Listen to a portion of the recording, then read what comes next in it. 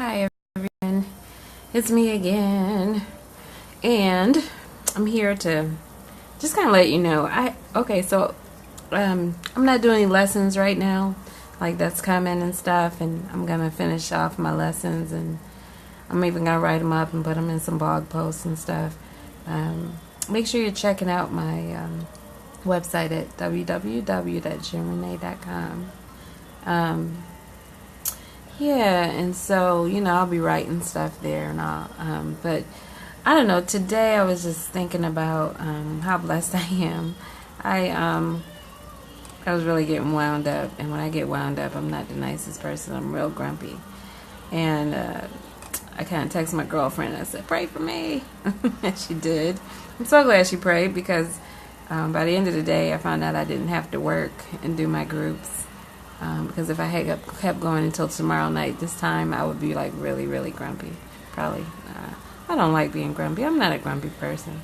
But when I don't get rest, I'm not the nicest person either. So get your rest. Like, life is too short. Why worry and stress and be all cramped up and have, your back going out and shoulders and I don't know about you, but when I get older, stuff start cracking and popping.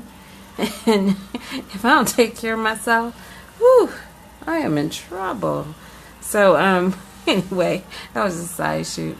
But I wanted to talk today about finding your voice. And I guess the things in general that I want to say about finding my voice is that when I found my voice, I found myself. I had a certain release in my life when I began to speak up for myself. I used to always sit back and not really say stuff, not really truly say how I feel. I kind of either go numb and pretend it wasn't really an issue, or I would pretend it wasn't really that important. And then I found that I always had anxiety when I didn't speak up, when I didn't open my mouth and say what I thought and what I felt. And now that's all I do. So my poor husband gets to hear that. And sometimes when he doesn't want to. But I suffered. I really, really suffered in my Red Sea situation because I did not say a lot. In fact, I stayed longer in my Red Sea situation because I did not say a lot. But one of the greatest things that God taught me was to express my intention, to let people know where you are. I'm sorry, I'm shaking. Let people know where you are and how you feel about things. And I think that's the biggest part of being able to find your voice is it can give you resolve when you speak up. People will either start moving based on what you said, or you can give them an ultimatum and set a boundary. Get things in place and make them a matter of fact. And a lot of times people think women who speak up or share their voices are often women who are overconfident. We're called bees. There are a lot of things that have a stigma attached to speaking up and sharing your voice. And I think that Satan is a liar. I don't know how else to put it.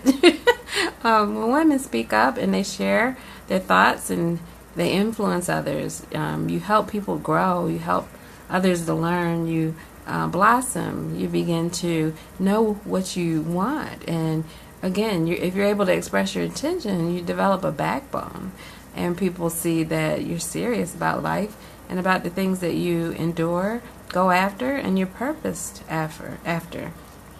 And so I wrote a blog post, and I'm giving a little reference to it. I didn't write all this, but I remember a time when I was really encouraged to share my voice, and I was about 35 years old, and I belong to an organization called the National Coalition Building Institute, and this place is like the bomb, y'all. I mean, it was a diversity institution where we taught and we trained people on diversity, but most of all, they had these like 5-day conferences, and I had a chance in my life to go to 2 of them.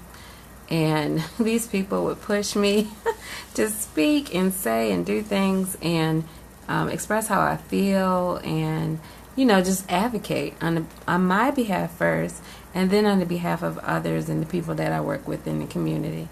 And I love the National NCBI for that, but even more so my African brothers and sisters who have a caucus off of that institution called the International African Heritage